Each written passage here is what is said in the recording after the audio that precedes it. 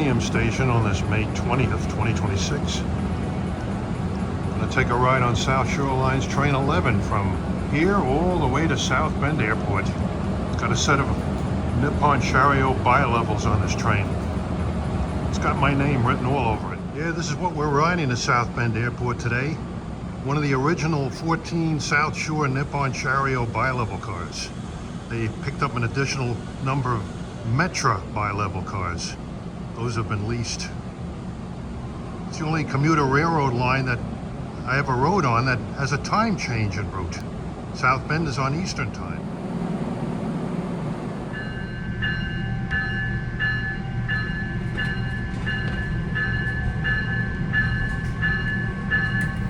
We're in car 1213.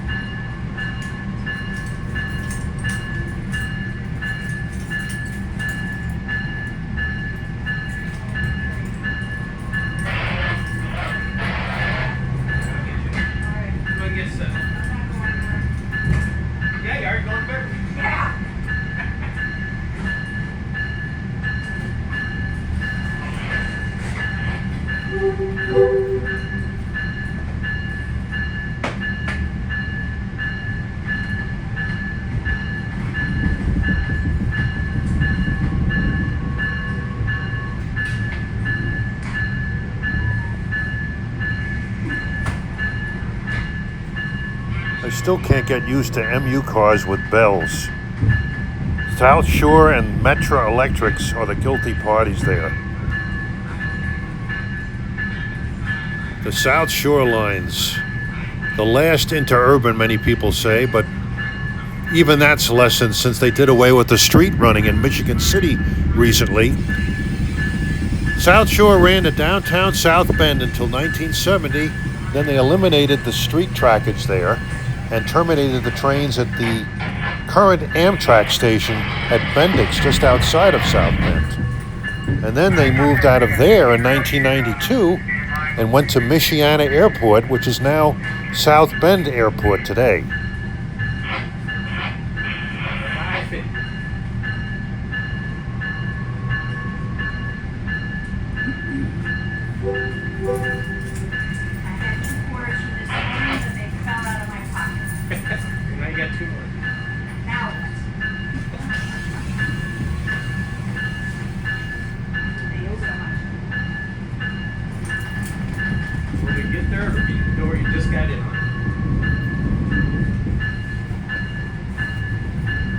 When we get to higher speeds on this equipment, you'll hear whistling of the wind through the doorway. My apologies for that. Couldn't do much about it, but I cherish getting this ride with this equipment. In other words, you have to take what you can get because you probably won't get a second chance.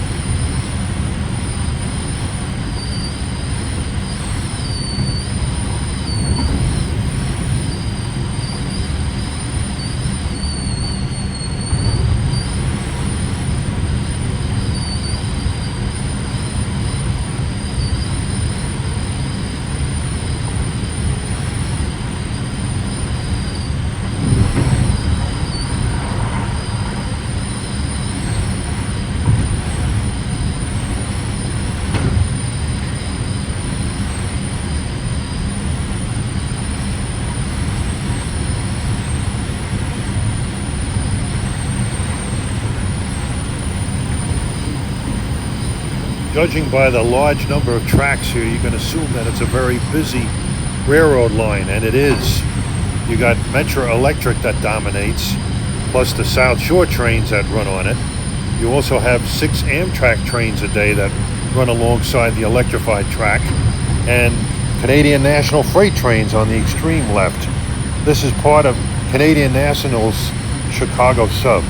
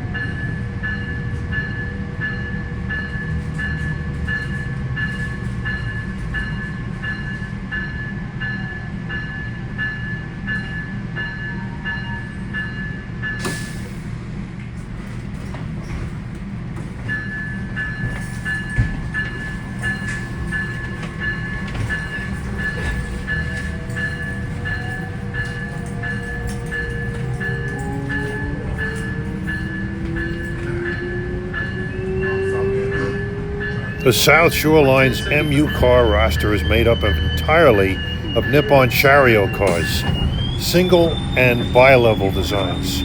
The single-level cars were built in the 1980s and some were delivered in early 2000s. These bilevel cars, which are identical to the Metro Electric bilevel cars and similar in design to the bilevel cars used on the diesel trains of Metro, were delivered in 2009, and those cars make these cab rides possible. Main difference between the bilevels on the South Shore and on the ones on Metro Electric is the South Shore cars are adaptable for low-level platforms, and the original South Shore cars have Nathan P3 horns, where the Metro cars have K3LA horns.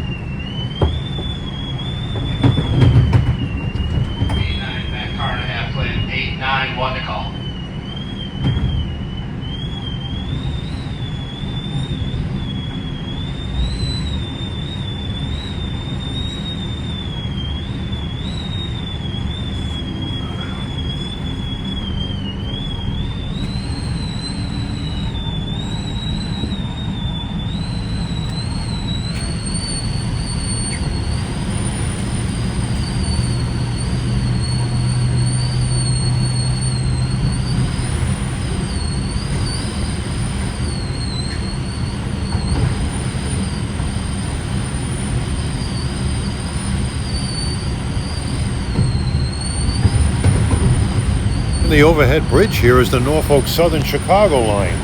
That's the line I took into Chicago on the Lakeshore Limited.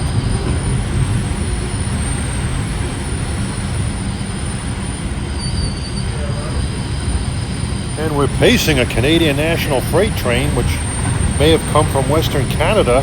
He'll eventually be terminating at Kirk Yard in Gary, Indiana.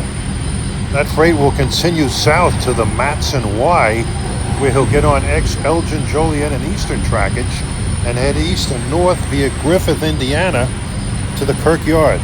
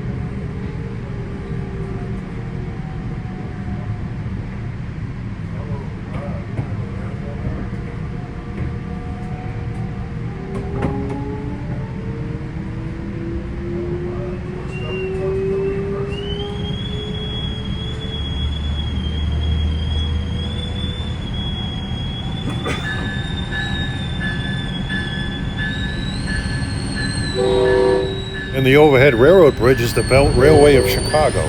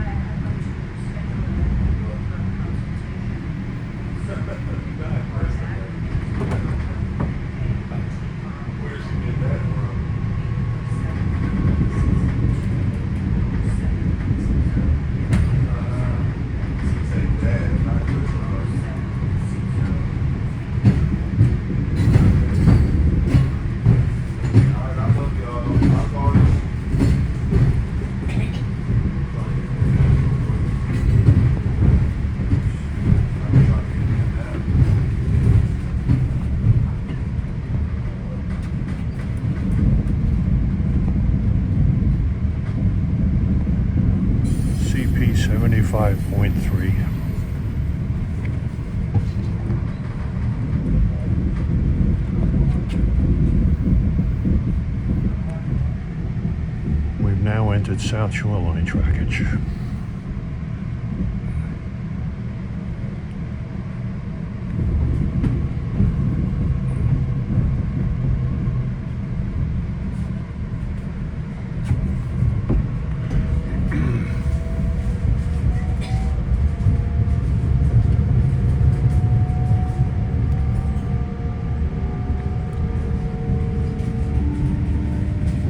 Control points on the South Shore based on mileage.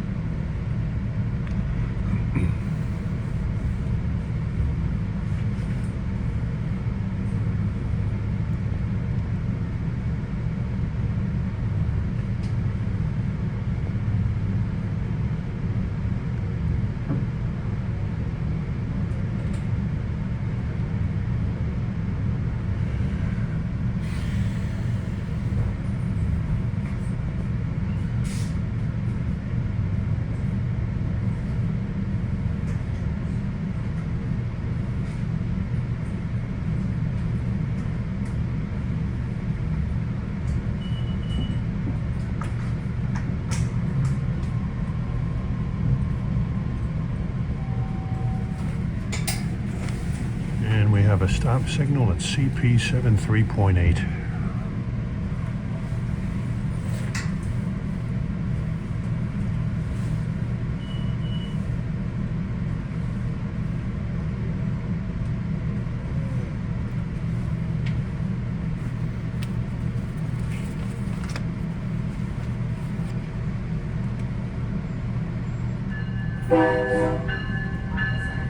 Clear, CP 73.8.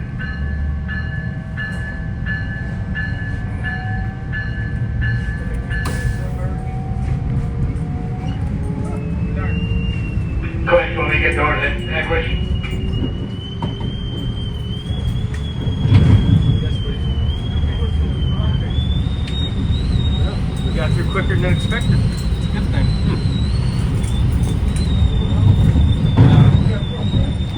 Earlier you said we'd wait 20 minutes, but a minute later we're on the move.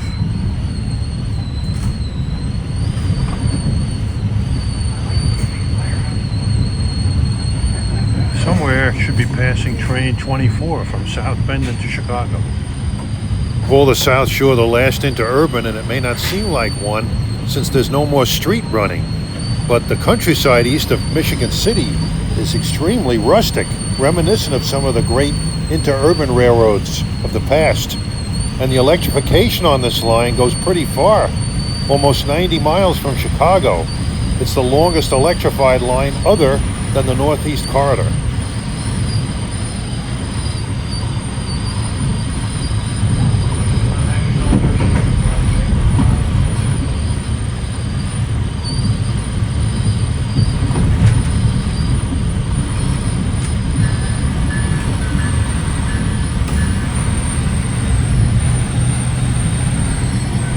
South Shore is pretty well engineered track, as you can see, and now it's double track all the way to Michigan City,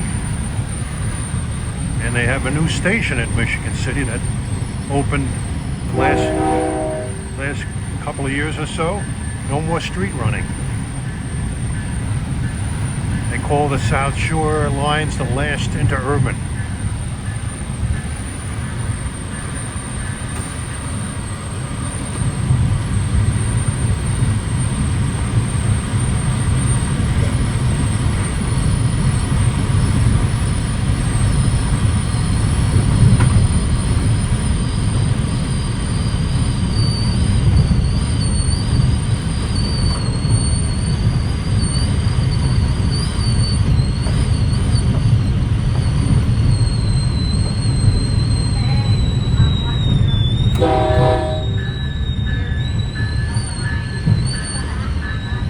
Bridge looks fairly new.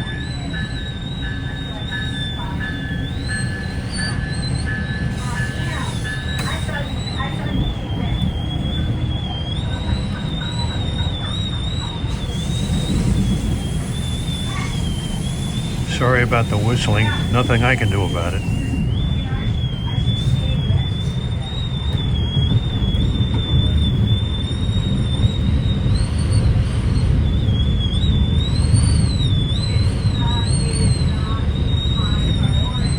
I didn't know what I was going to do today. I just walked around. I wanted to go to Millennium Station, and when I got there, I went over to the South Shore side, and I saw that the South Bend train had bilevel. So I said, guess what? I'm going to South Bend today. This is an NS facility here. In fact, we got a eastbound stack train here. It's moving.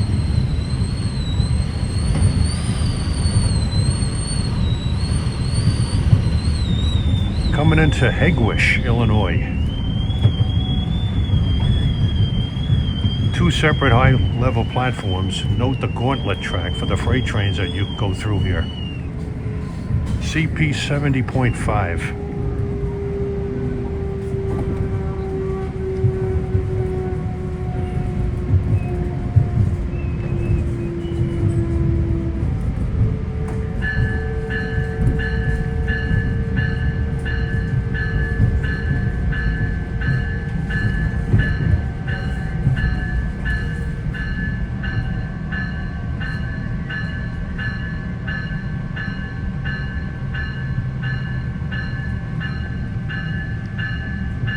Hegewisch has a nice old station.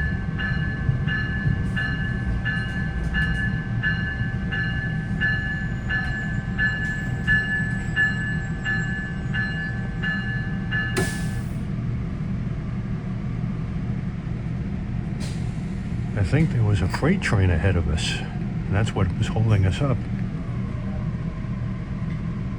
I can see a string of freight cars with orange locomotives up front moving east.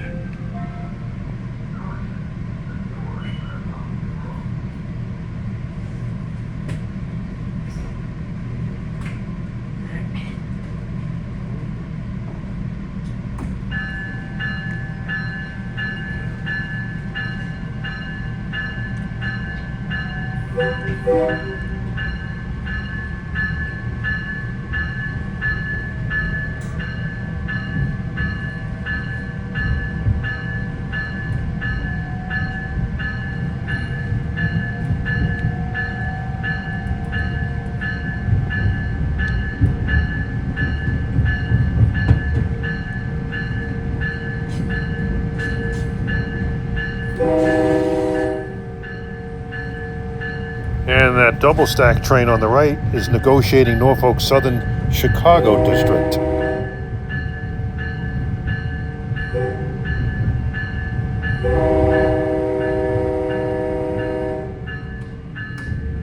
CP 70.5. Here's 24.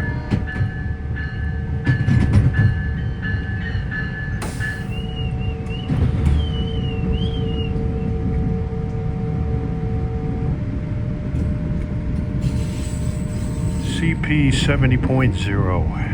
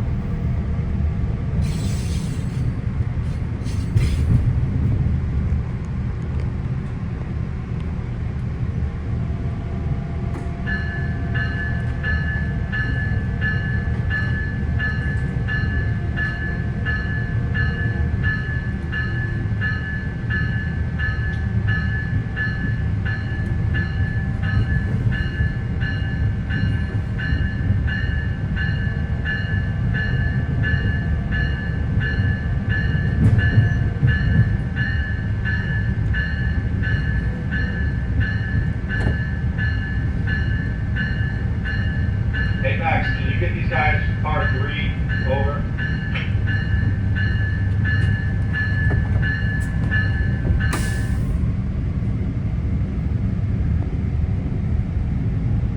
What are these engines over here?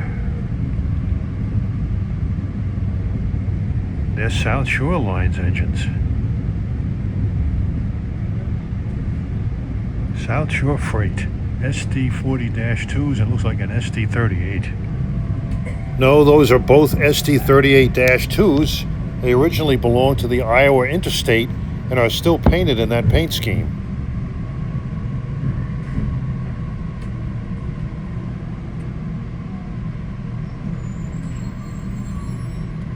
Interlocking ahead is CP 69.2.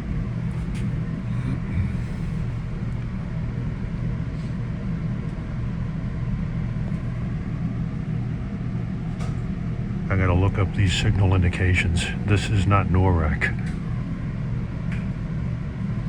When I was out here the last time, I was reading the signals like they were NORAC signals, and I got chastised by local railroad employees.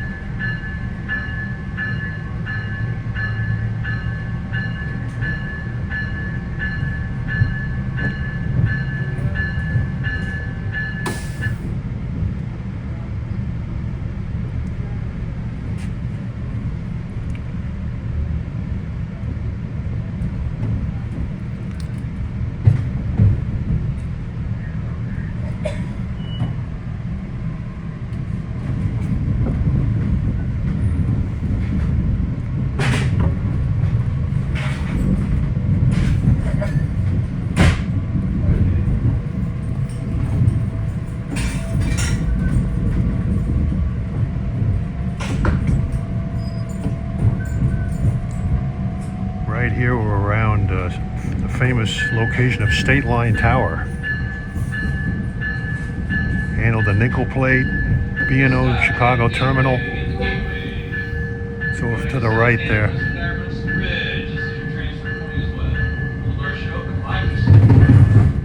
Okay.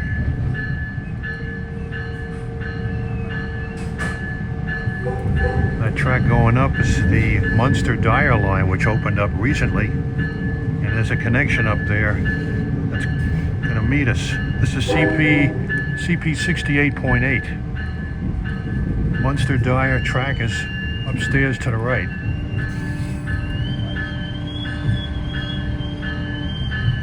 Note the gauntlet track.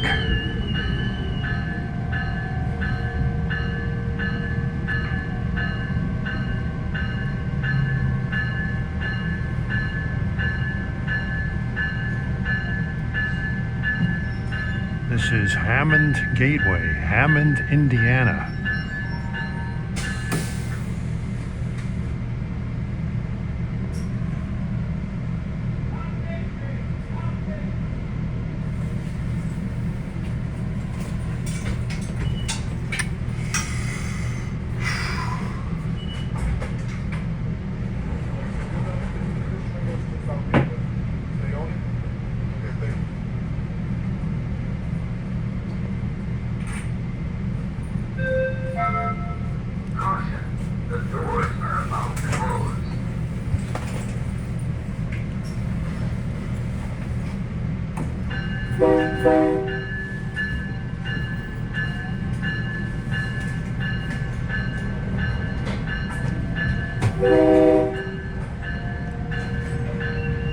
Next station stop ahead, East Chicago.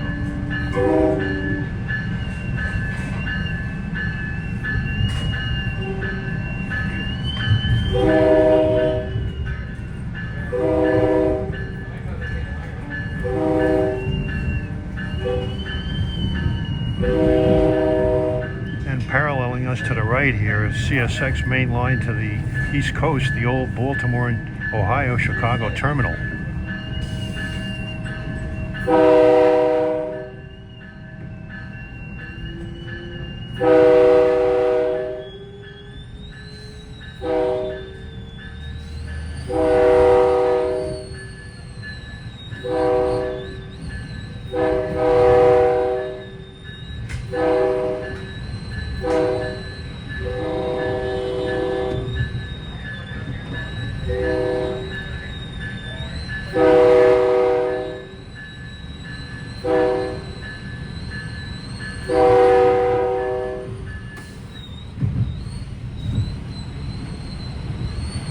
I don't think this is an original South Shore Lines bilevel. I think this is one of the Metro ones that they got and put South Shore Lines emblems on them.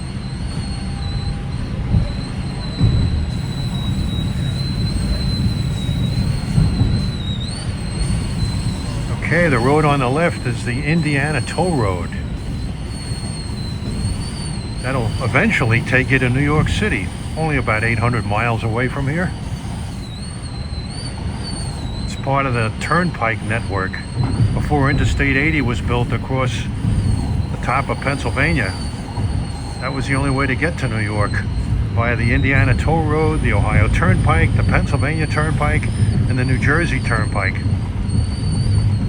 That added about another 60 or 70 miles to the trip before Interstate 80 across Pennsylvania was built.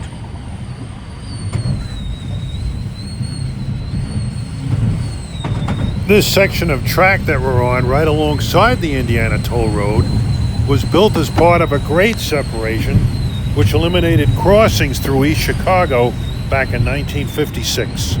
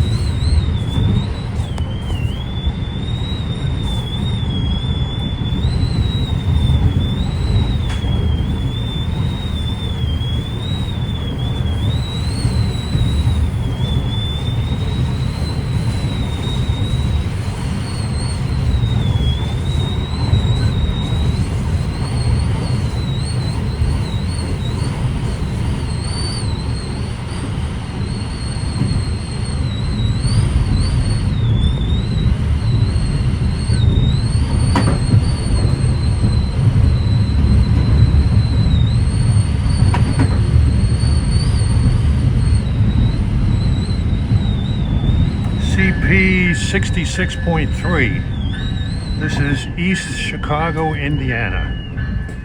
It's one of those communities in the United States that's named after a city that's not in the same state. Like East St. Louis, Illinois, West Memphis, Arkansas, West New York, New Jersey.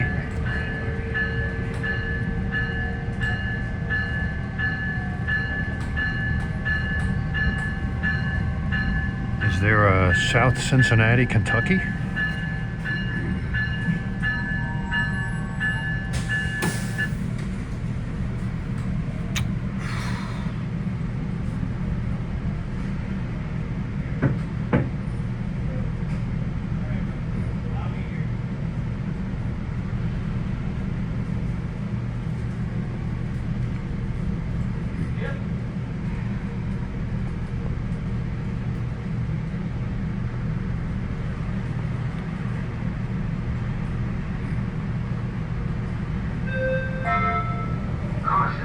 The doors are about to close.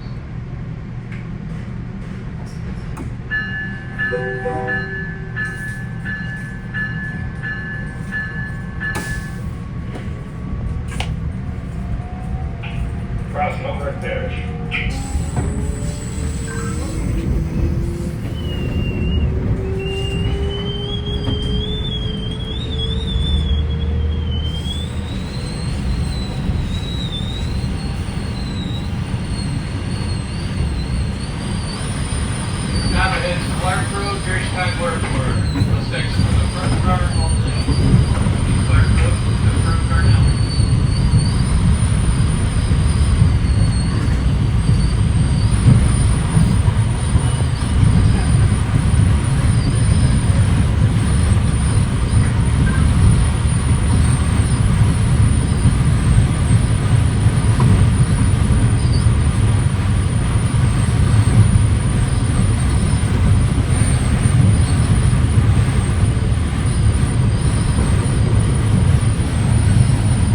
Crossing over up ahead.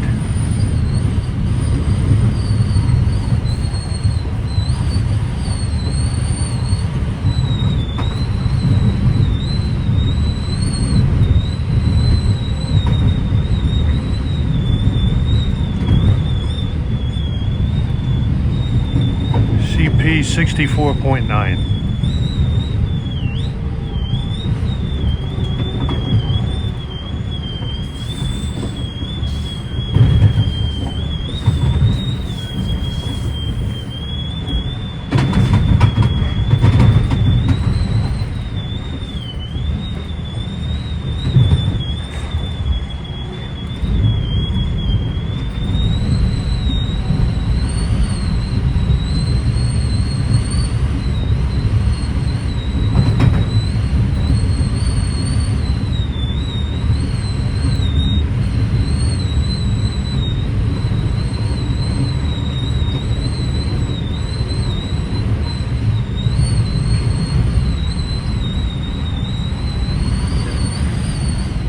Hopefully see one of those South Shore Line freights.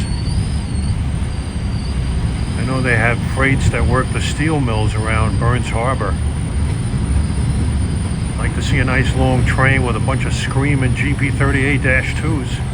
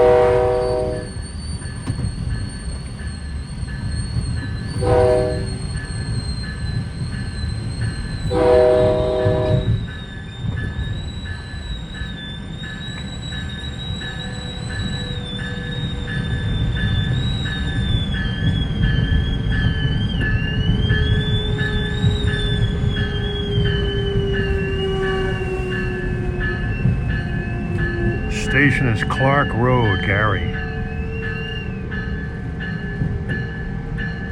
Just a little dinky platform.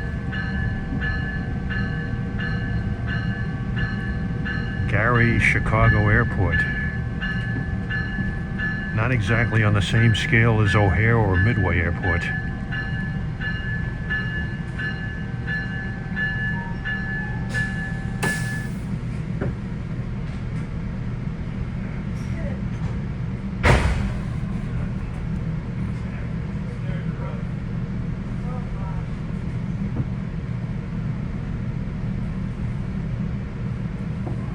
Once we get past Michigan City area, this line gets quite rural. Takes on the characteristics of an interurban railroad out there. Although may not be any more street running, it takes on the characteristic of being a last interurban by the countryside it goes through.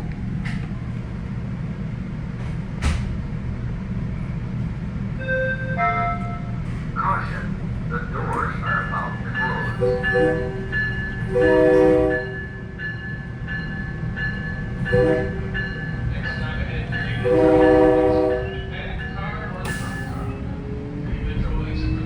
Signals guiding CP 61.5.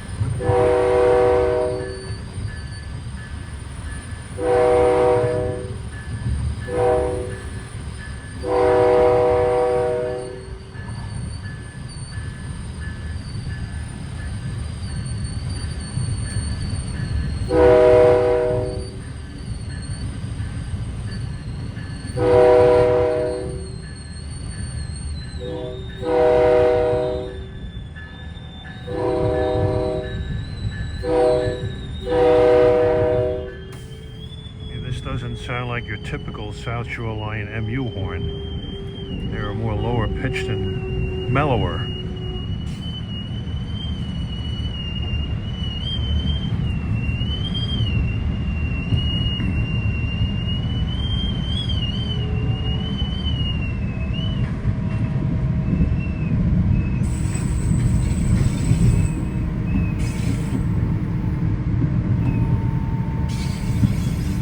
Okay, we're coming into downtown Gary, Indiana. That famous song, Gary, Indiana, remember? Gary, Indiana, not Louisiana, Paris, France, New York, or Rome. But Gary, Indiana, my home sweet home. Just to the north is the old B&O station at Gary. That's the old B&O main line over there with some CSX trains stopped. Norfolk Southern, former New York Central, is just north of that.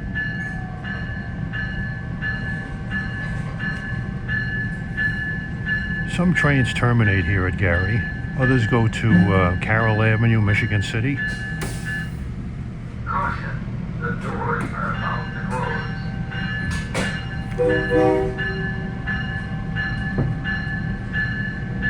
Look at this steam engine here on the right. It's an Elgin, Joliet, and Eastern. Looks like a 282, number 765. Doesn't even resemble nickel plate 765.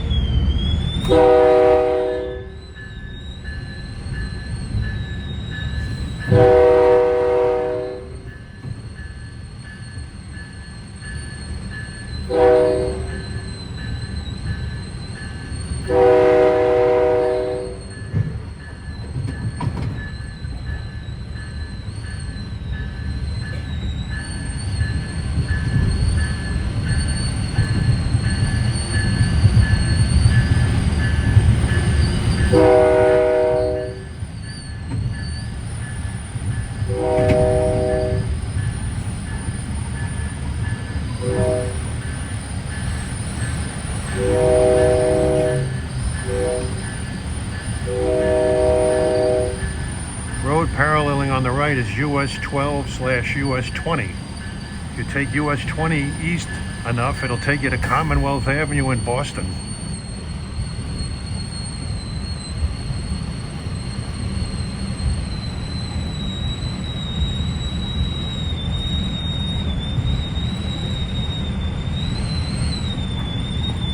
Signal guarding CP 57.5.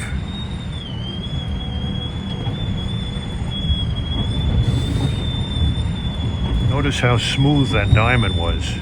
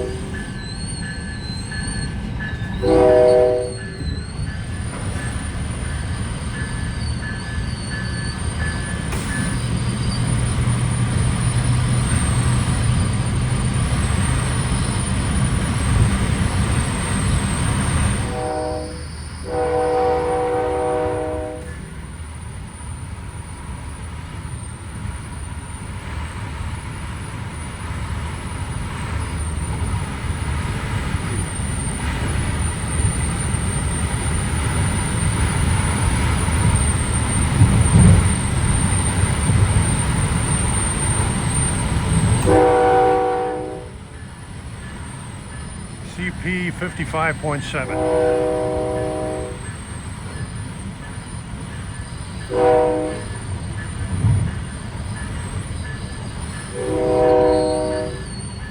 Once again, everyone, this stop is Miller, Lake Street, Miller. All doors should open 5 your step. This is Miller.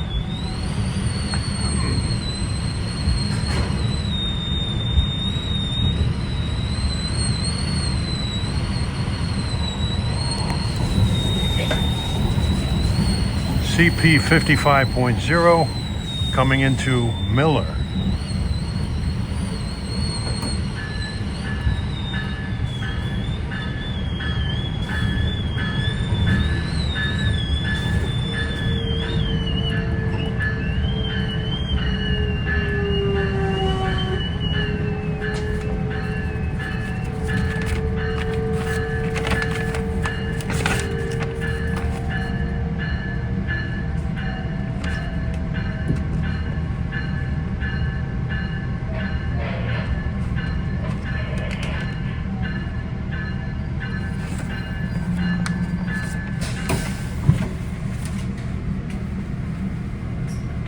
Actually, when I said earlier that trains terminate at Gary, some of them, that's not true. They actually, some trains terminate here at Miller. You'll see a track going off to the right, and there's a train sitting in the yard there. Storage track.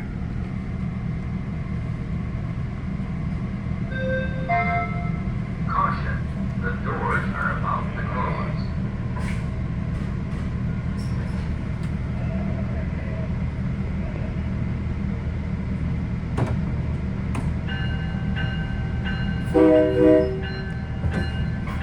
Two oh six, 207, show board over.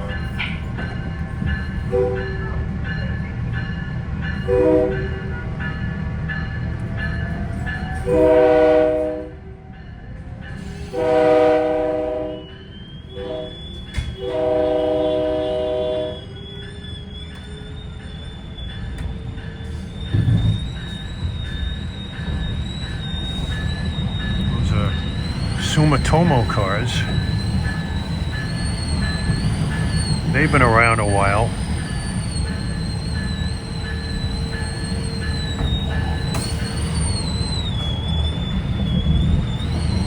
Okay, right here we go over the old B&O main line.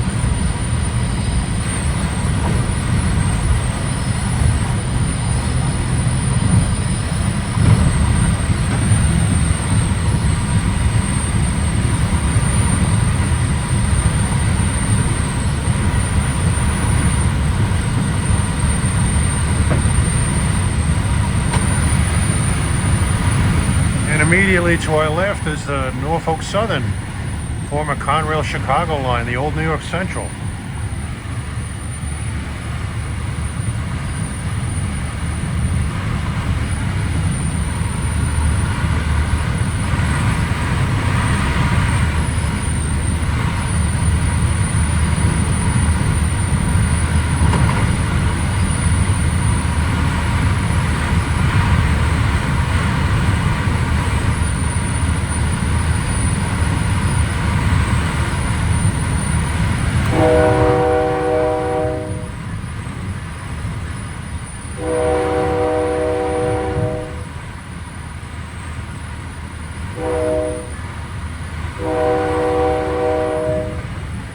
And at that crossing, you can go down to the Indiana Dunes National Park, right on Lake Michigan.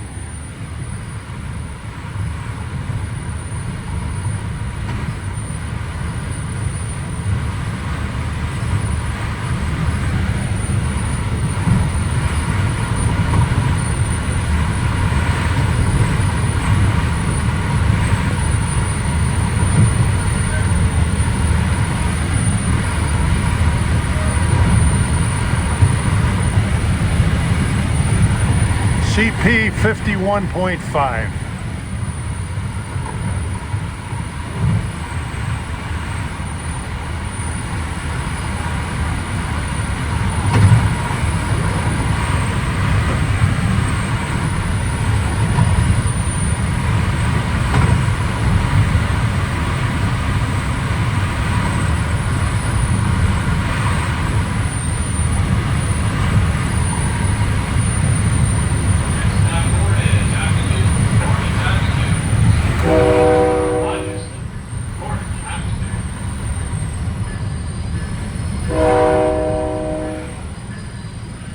CP 50.8.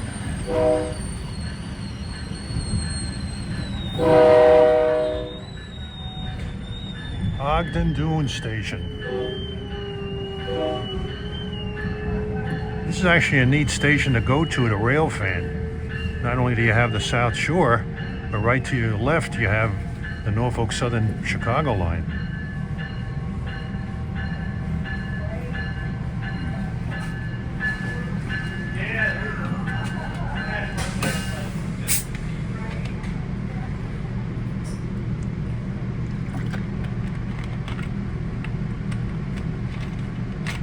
This is a great place to watch Norfolk Southern action, as that is an extremely busy freight line.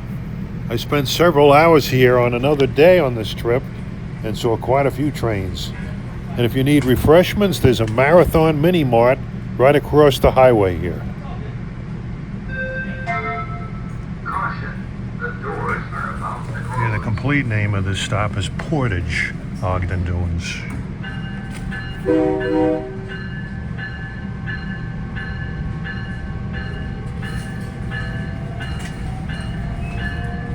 The Indiana dunes are pretty famous.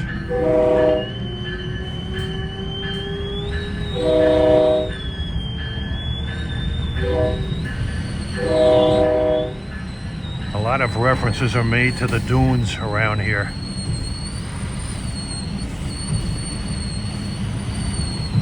I've seen pictures of it. Nice white sand, beautiful shoreline. On a clear day you can see downtown Chicago from here. Just a few days earlier I went west on the tracks just next to us on the Lakeshore Limited.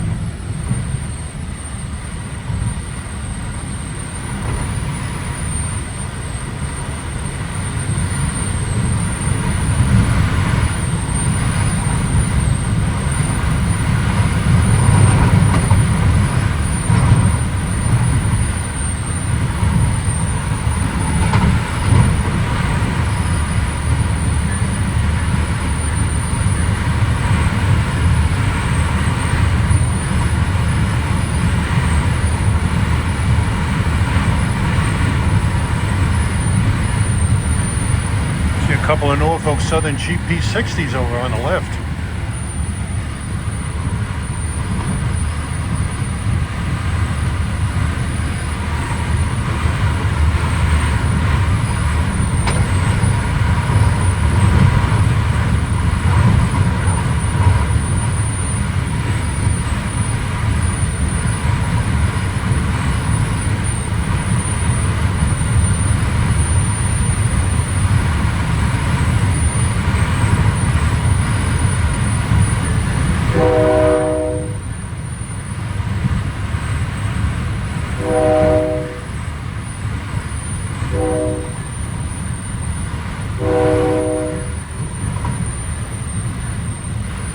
The road on the right paralleling is US Highway 12 at this point. 20 had veered off. Highway 12 runs from Aberdeen, Washington State to Detroit, Michigan. In this area it's called the Dunes Highway. Again, more reference to the dunes.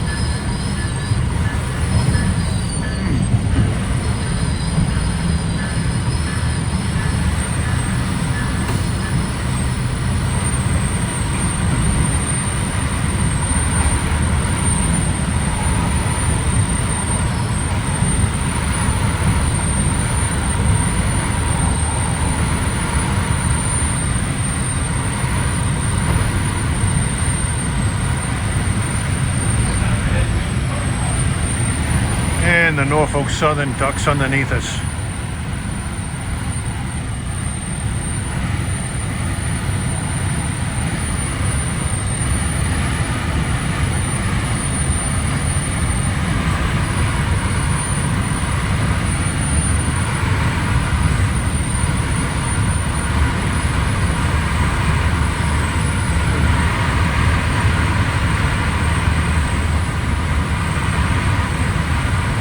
CP 46.5.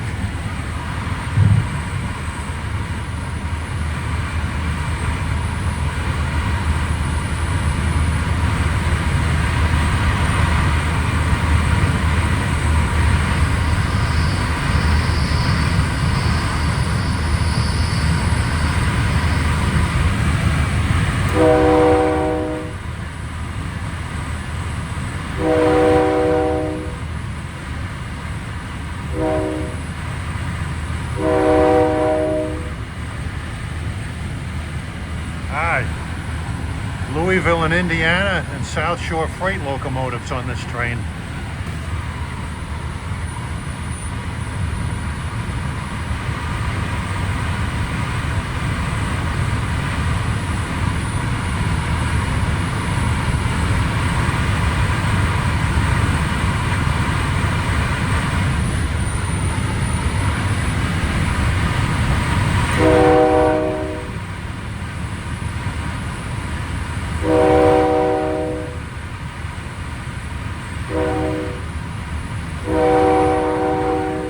That crossing was Mineral Springs Road.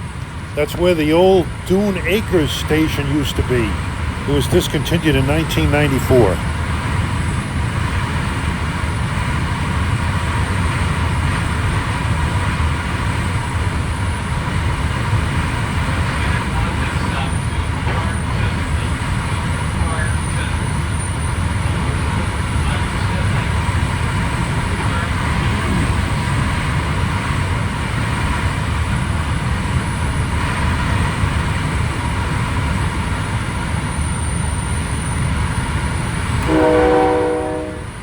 CP 43.9.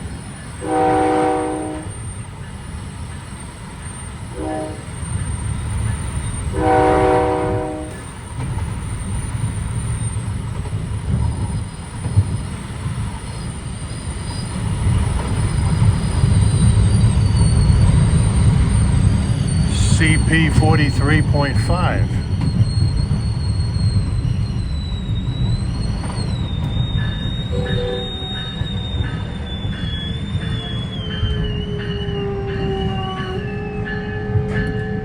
Dune Park. Nice looking station here.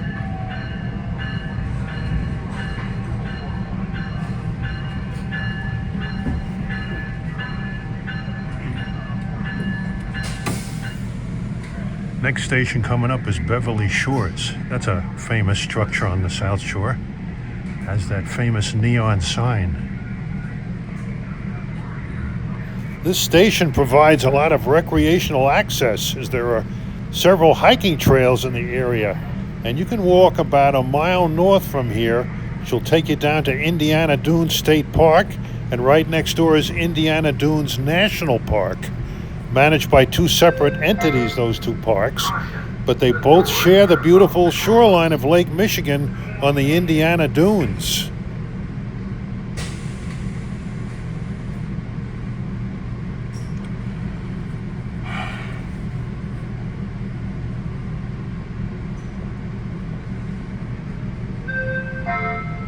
Caution, the doors are about to close.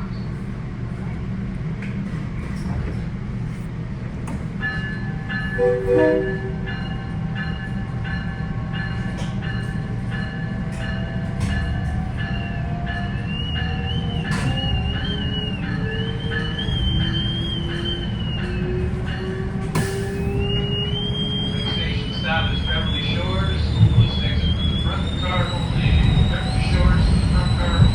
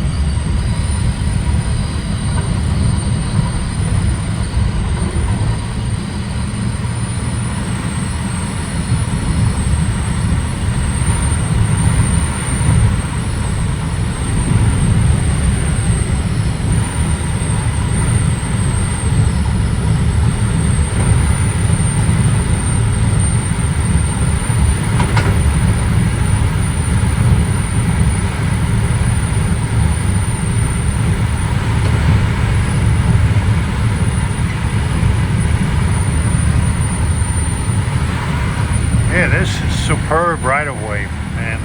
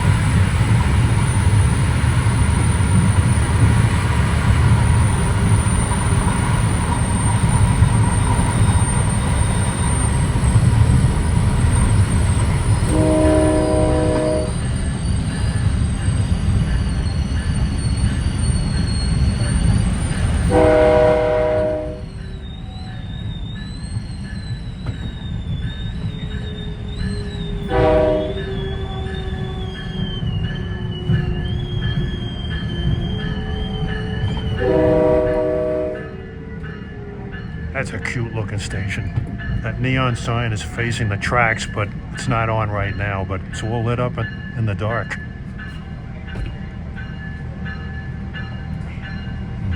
From here you can walk north on the road at the railroad crossing down to Lakeview Beach, another fine beach along the Indiana Dunes.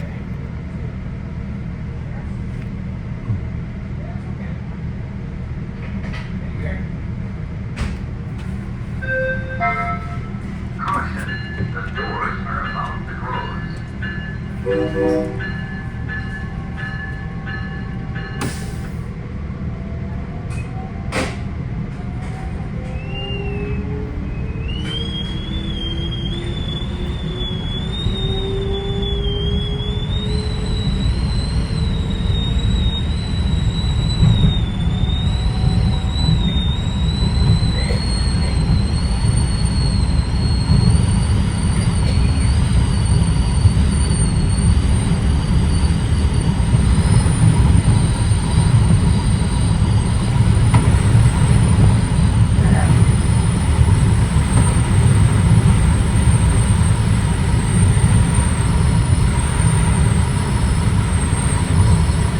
Well, our next station stop will be the new 11th Street station in Michigan City, Indiana. The platforms are opened in 2024 and the station building was opened in 2025.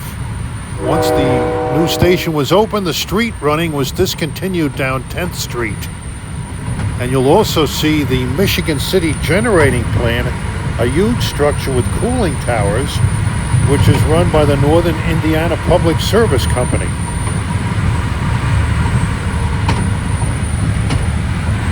CP 37.9.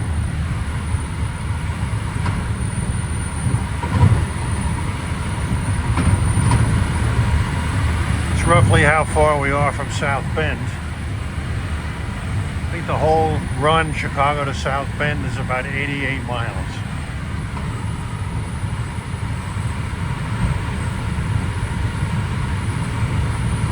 The completion of the double-track project to Michigan City has done wonders for the South Shore.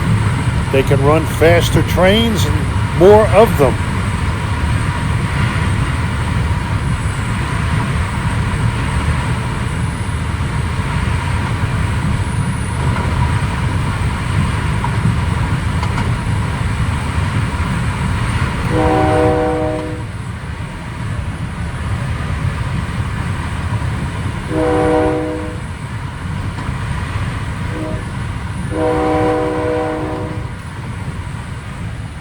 Hiking trail running parallel on the left.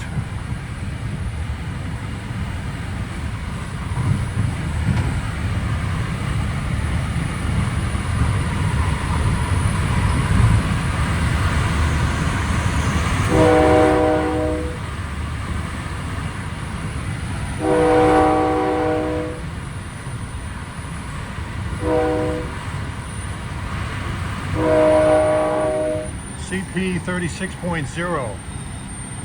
A couple of Union Pacific locomotives here. An SD70 ACE and a C44 dash. No, it's probably one of those AC44 C6Ms or whatever the Union Pacific calls them.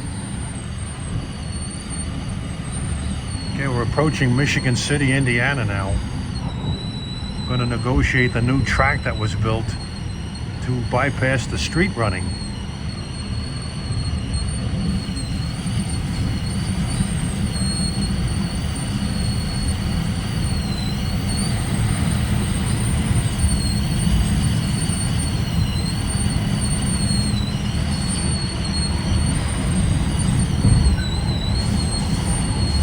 I believe the street running was on that parallel street there, 10th Street.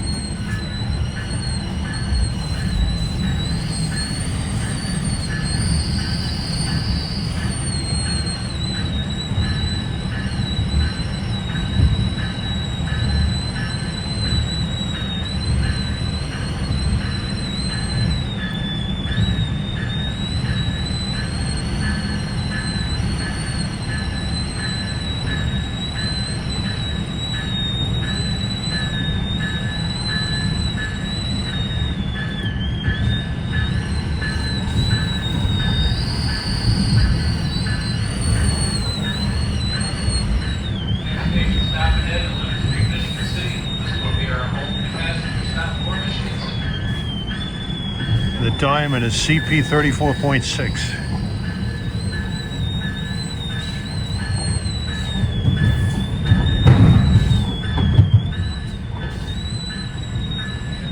Yeah, we're just to the south of the old street running. And this is a quiet zone.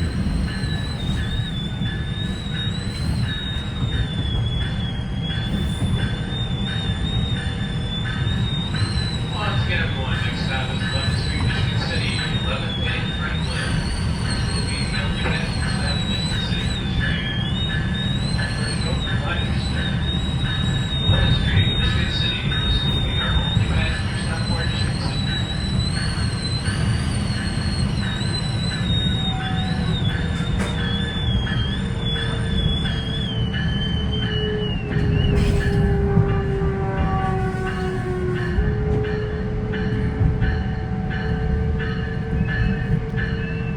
Notice how some of these stations are built.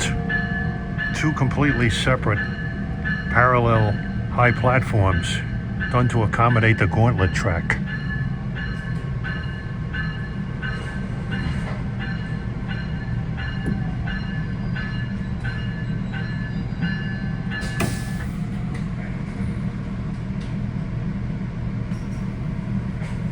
Oh, they did a magnificent job building this new railroad and getting it off the streets.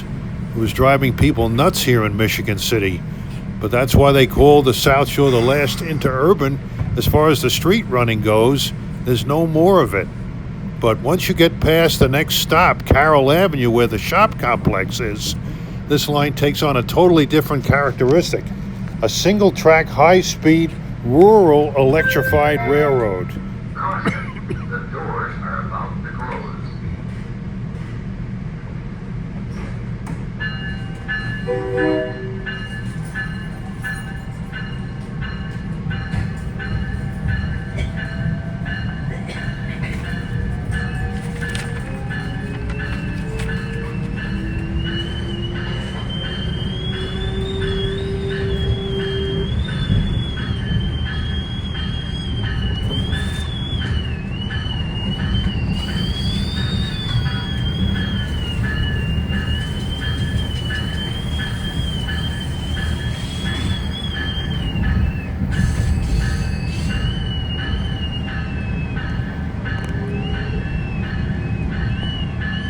Okay, this is the end of double track here.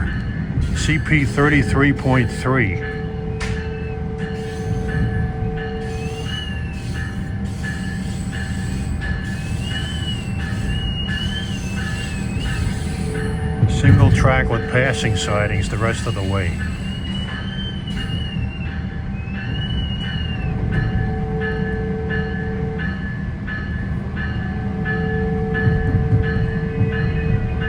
I think this is where the street running ended, right here.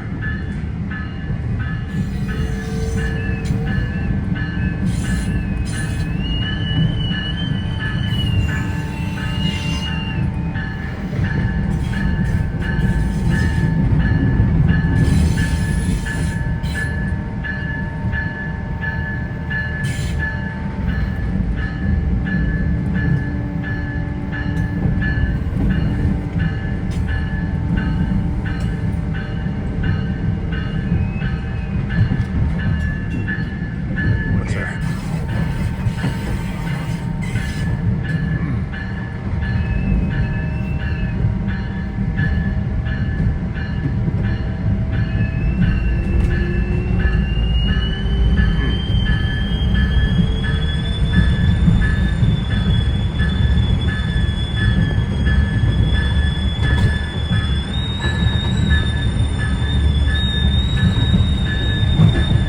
Apparently Michigan City is one big quiet zone.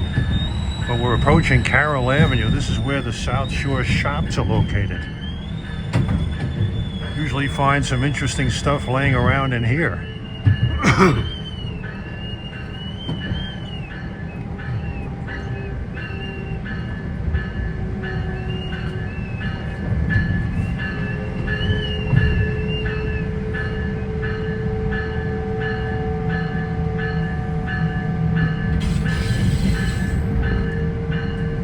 CP 32.2. See a nice orange South Shore caboose on the left.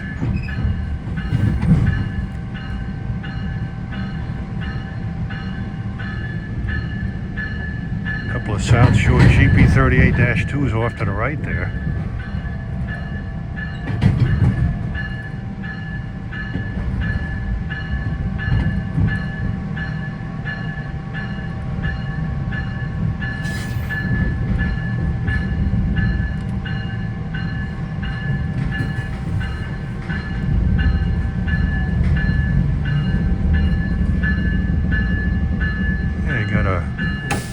Couple of Nippon Chariot EMUs here.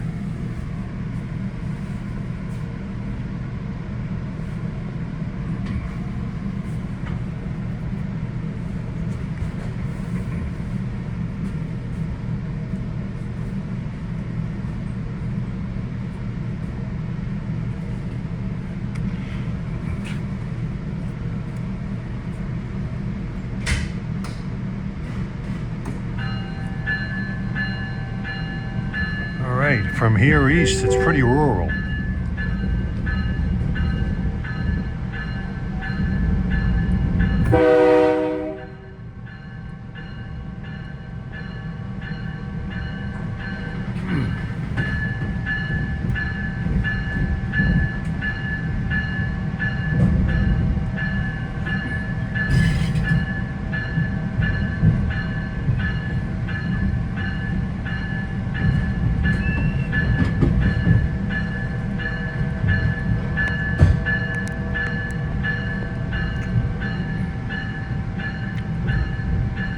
Man, this is quite a treat, riding on this.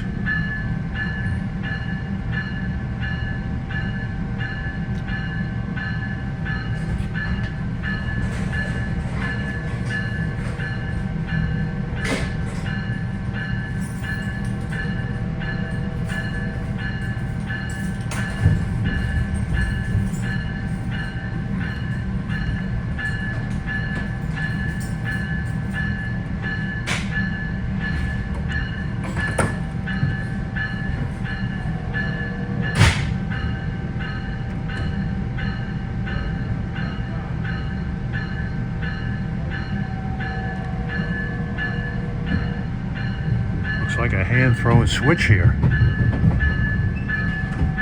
And it's set for us.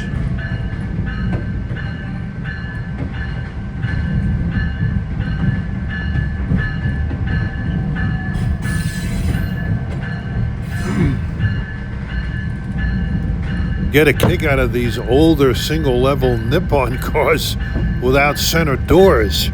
Reminds me of SEPTA Silverliner 4s with that door cutout.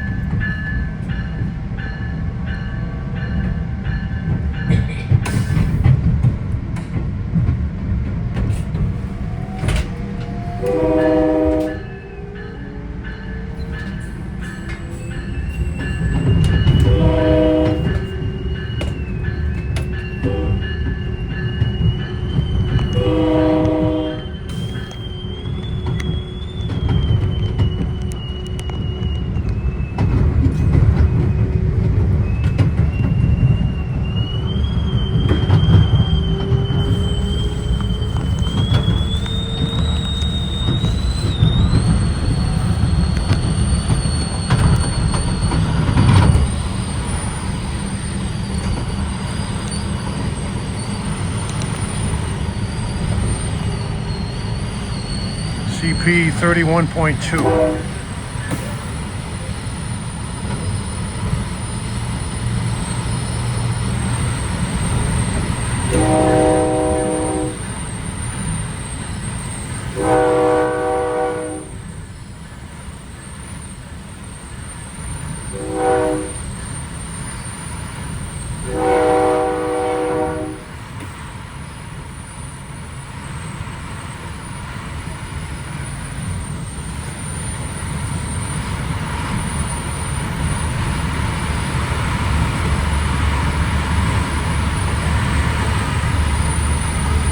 .79 mile-an-hour track out here.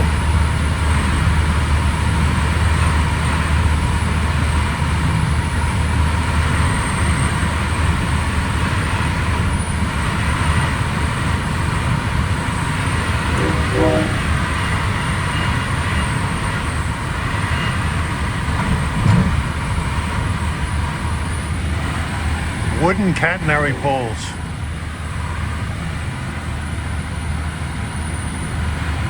Davis.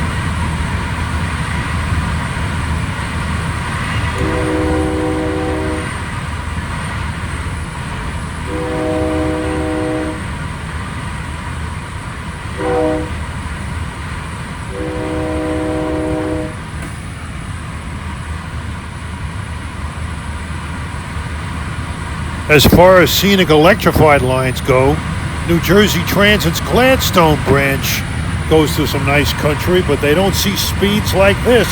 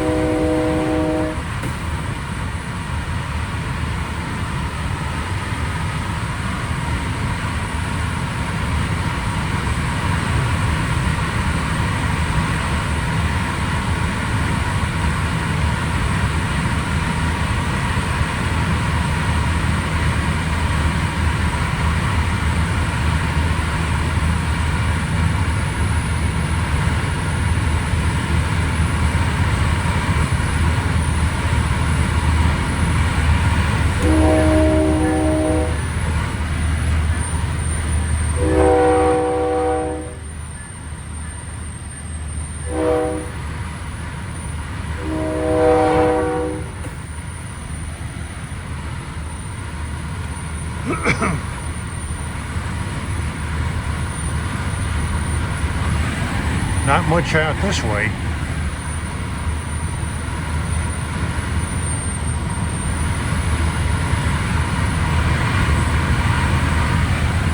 Yeah, rural countryside here. Wooden catenary poles. How interurbanish is that? Only thing missing from these cars are Westinghouse AA2 horns.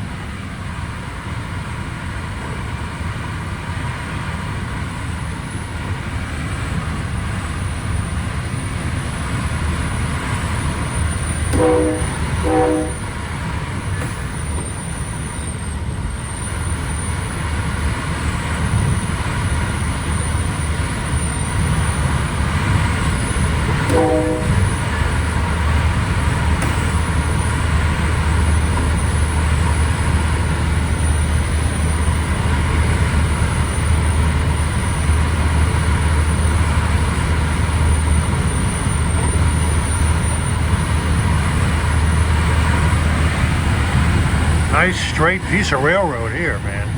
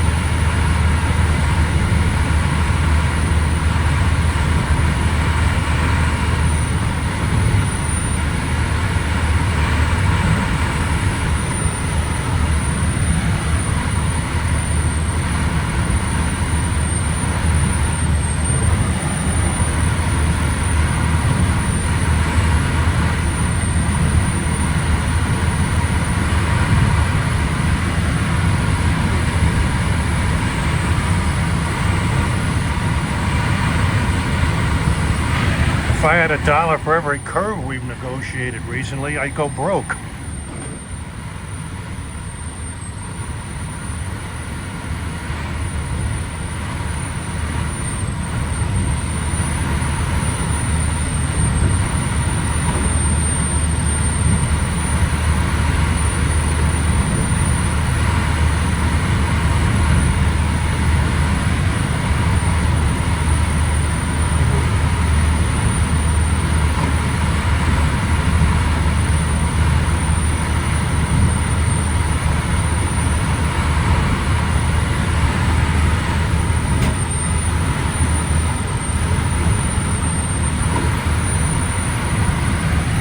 Signal 207.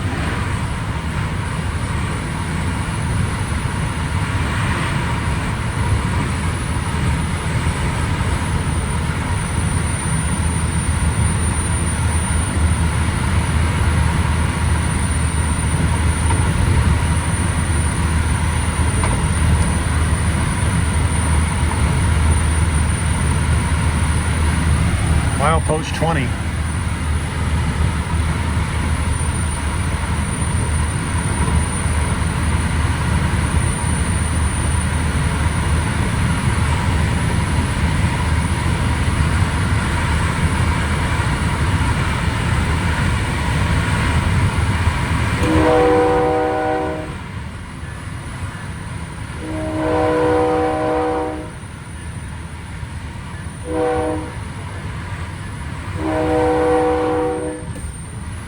Go to radio channel 2, CP 19.1.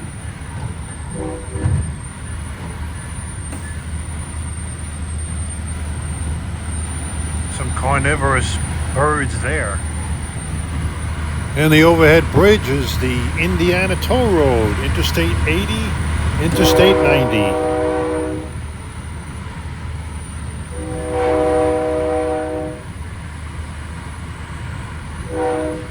CP 18.5. Crossing is County Road 500. That's where the old Rolling Prairie South Shore stop used to be. That was discontinued in 1994.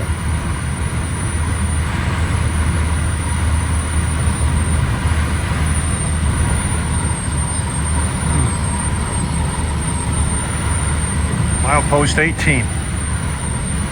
There is a rare curve up here, and to the left, a little ways, just before the curve, is an appropriately named restaurant called the Nowhere Bar and Grill. They have a good menu, and they serve a foot-long hot dog called the Home Wrecker.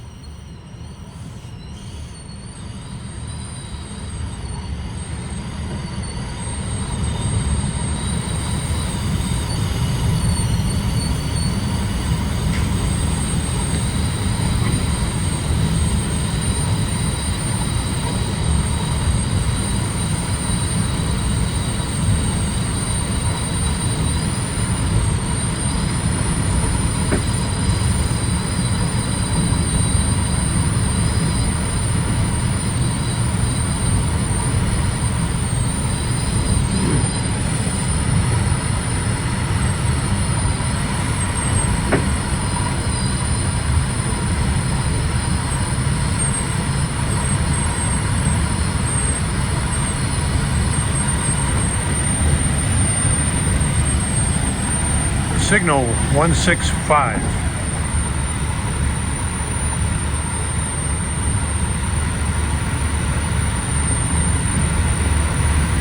Man, it's pretty wooded here.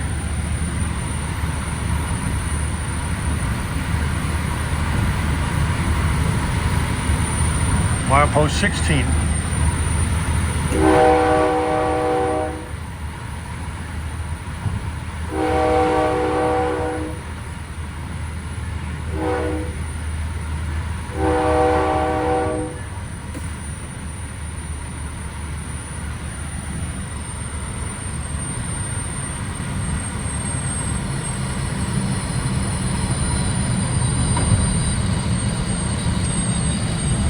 have a station coming up, it looks like.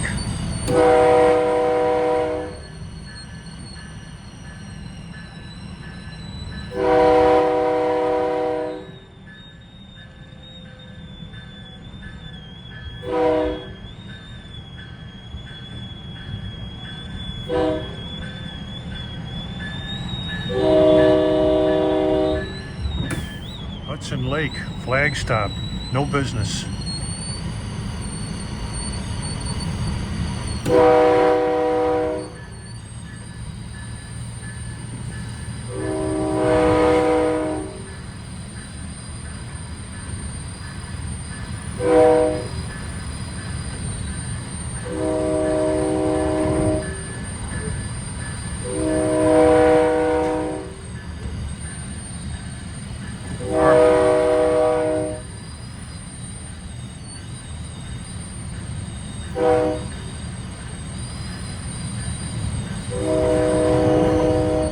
Signal 145. All right, coming up on the right, we'll be paralleling the Norfolk Southern Chicago line.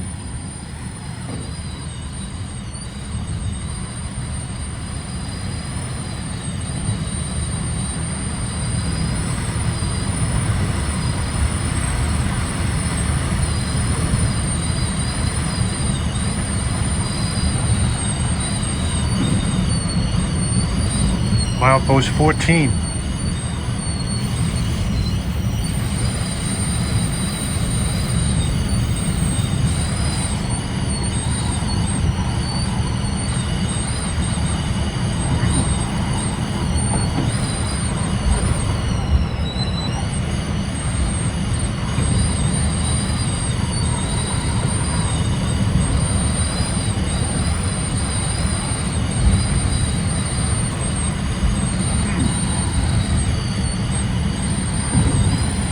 Location is New Carlisle, Indiana.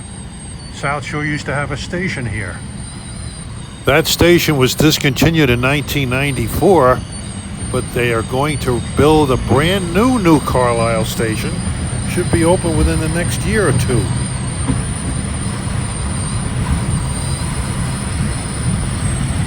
There's a steel plant here that Norfolk Southern serves.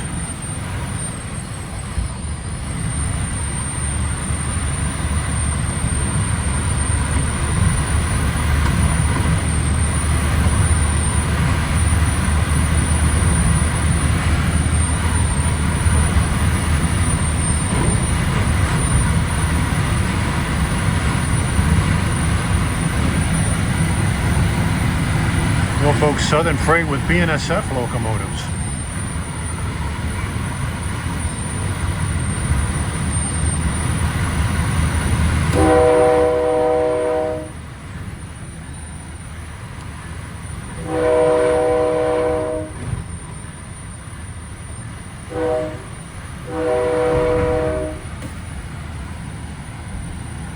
Signal 121, milepost 12.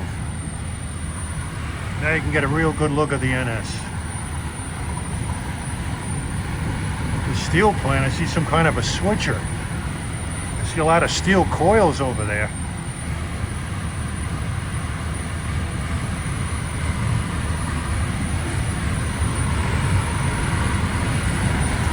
Hey, you can make out one of the plant switches off to the right there.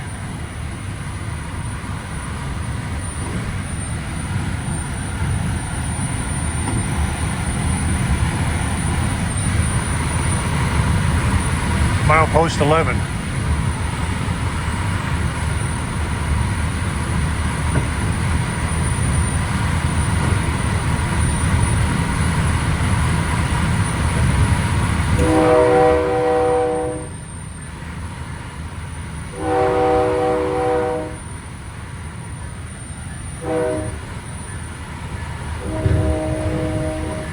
CP 10.3. On Norfolk Southern is milepost 447, measured from Buffalo.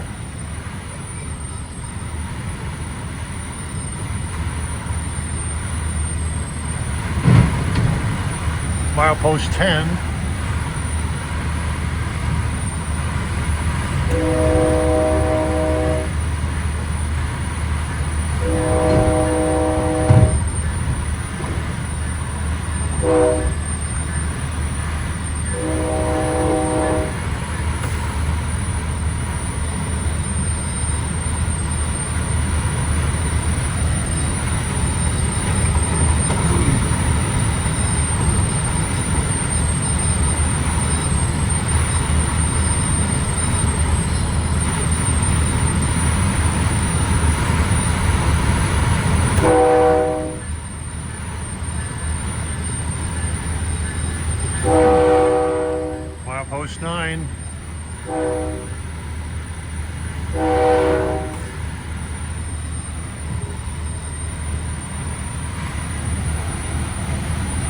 early Monday morning, I was over there looking at this track from that perspective. Now I'm looking at it in reverse.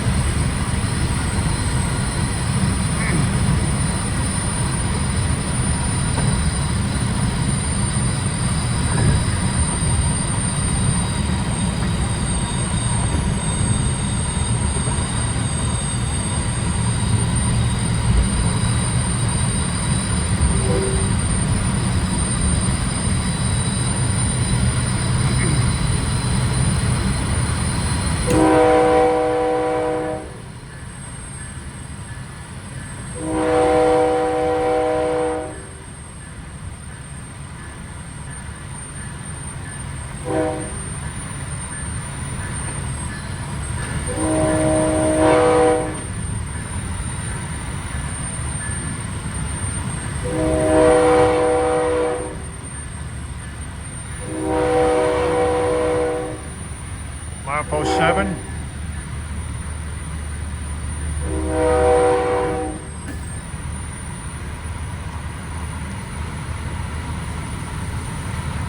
This is only the second time I've ever traveled on the South Shore lines.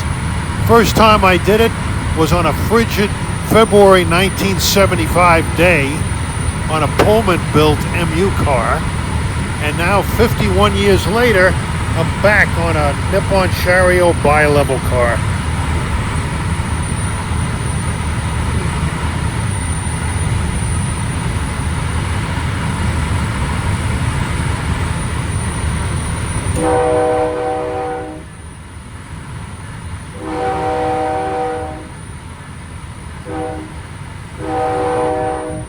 Signal 59.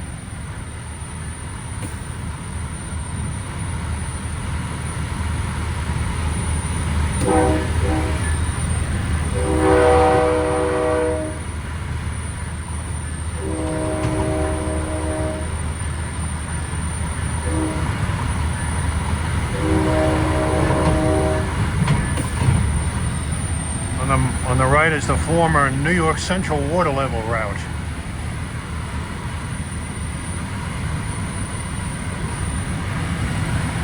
It's called Fisher.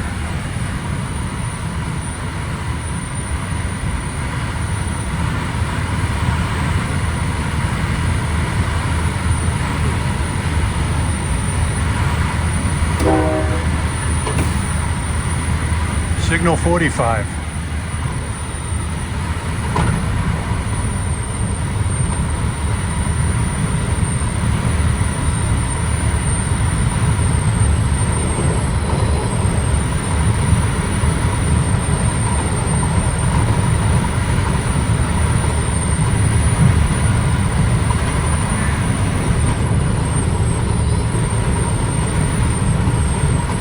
Milepost 4.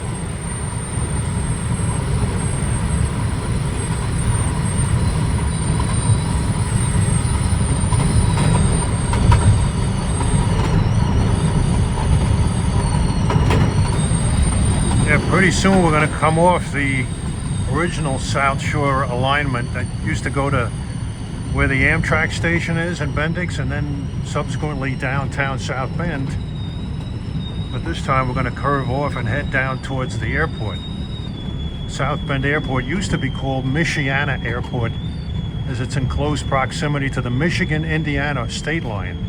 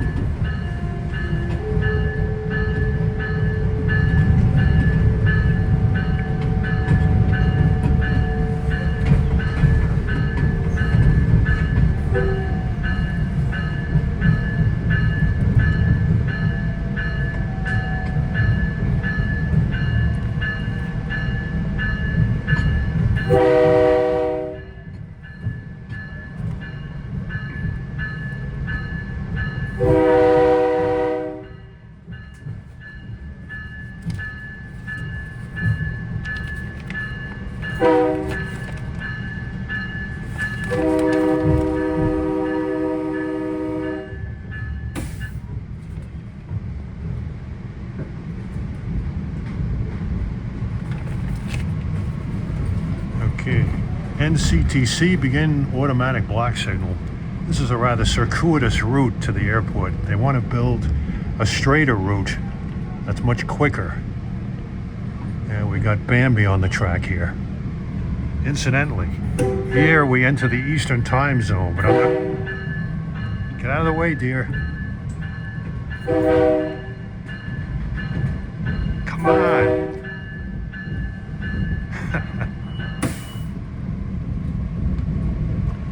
Yeah, here we enter the Eastern time zone, but I'm not going to bother to reset my watch since I'm going right back to Chicago on the next train.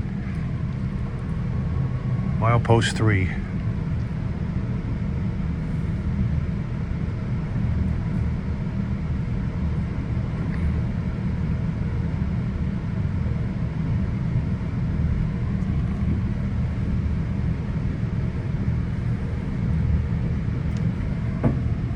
South Bend, Indiana, the home of the mighty Notre Dame University. South Bend is also where Studebaker cars were built.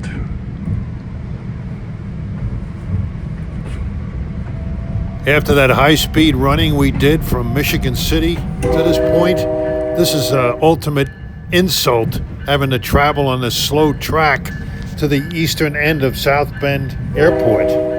It used to be called South Bend Regional Airport, now it's called South Bend International Airport. We creep in on this old freight spur on the east side of the airport, and this line is loaded with grade crossings. Loaded like a truck with 30,000 pounds of bananas. That truck crashed in Scranton, Pennsylvania. Remember that Harry Chapin song?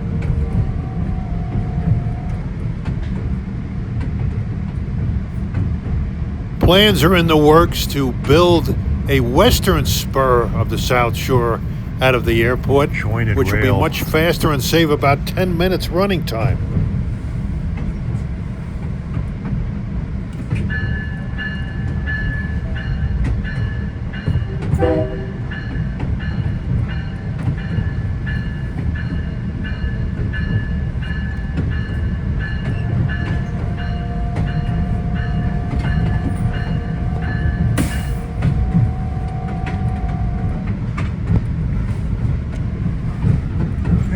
Just about on time. I have 3:42 Eastern Daylight Time. He sits in South Bend Airport for about an hour.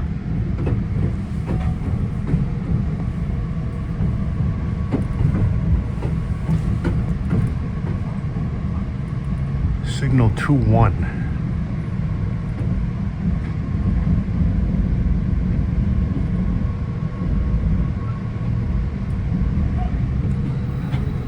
This is pitiful through here.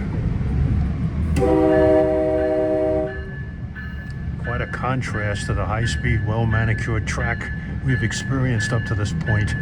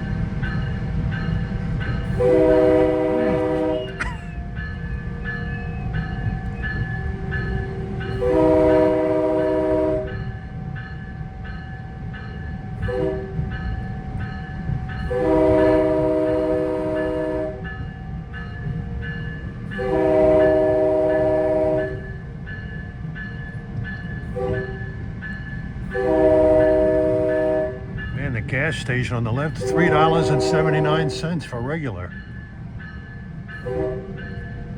That's bargain basement. How did gasoline prices get so high anyway? I can't understand it.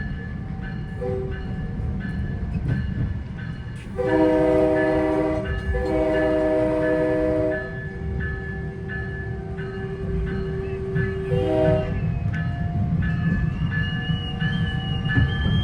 man.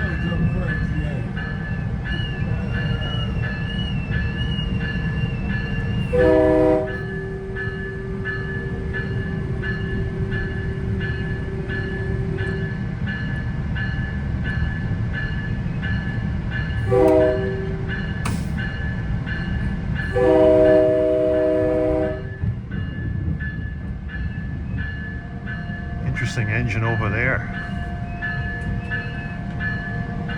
Look like a Whitcomb.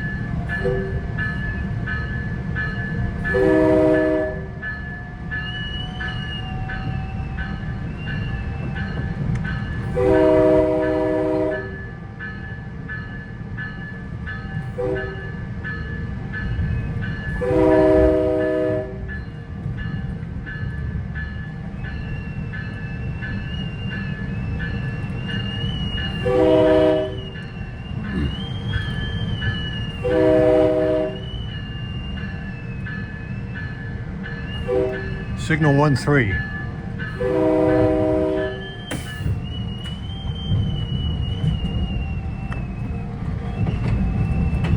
And this part through here looks like a short line railroad.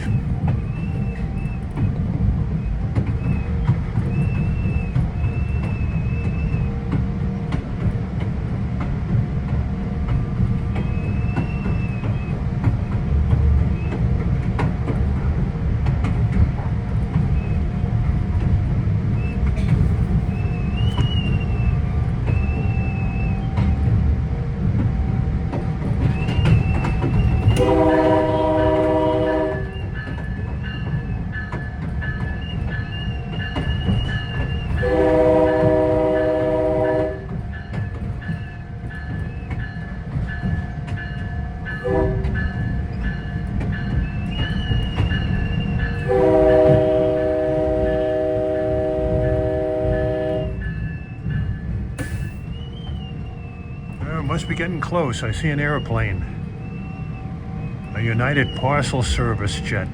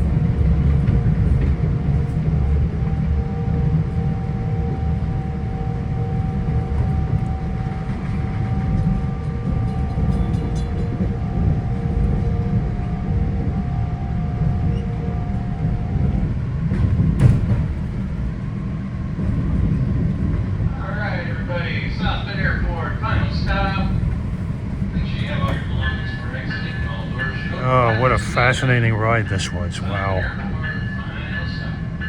End automatic block signal. End of circuit.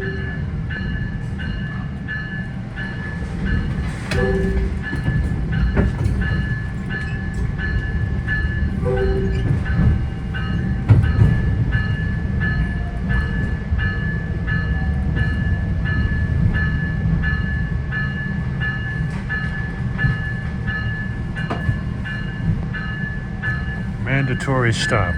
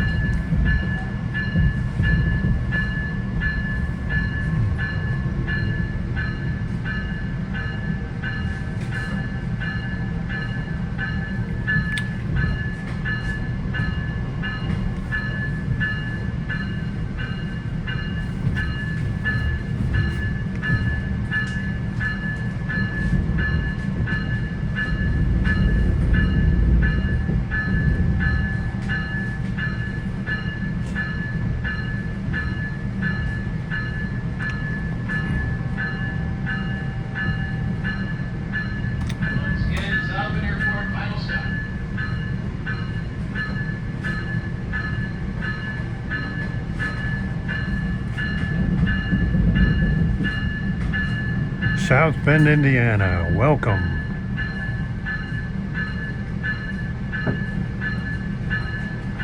Discounting next-gen Acellas and Acela Expresses, this is the longest ride you can take on an MU train in the USA.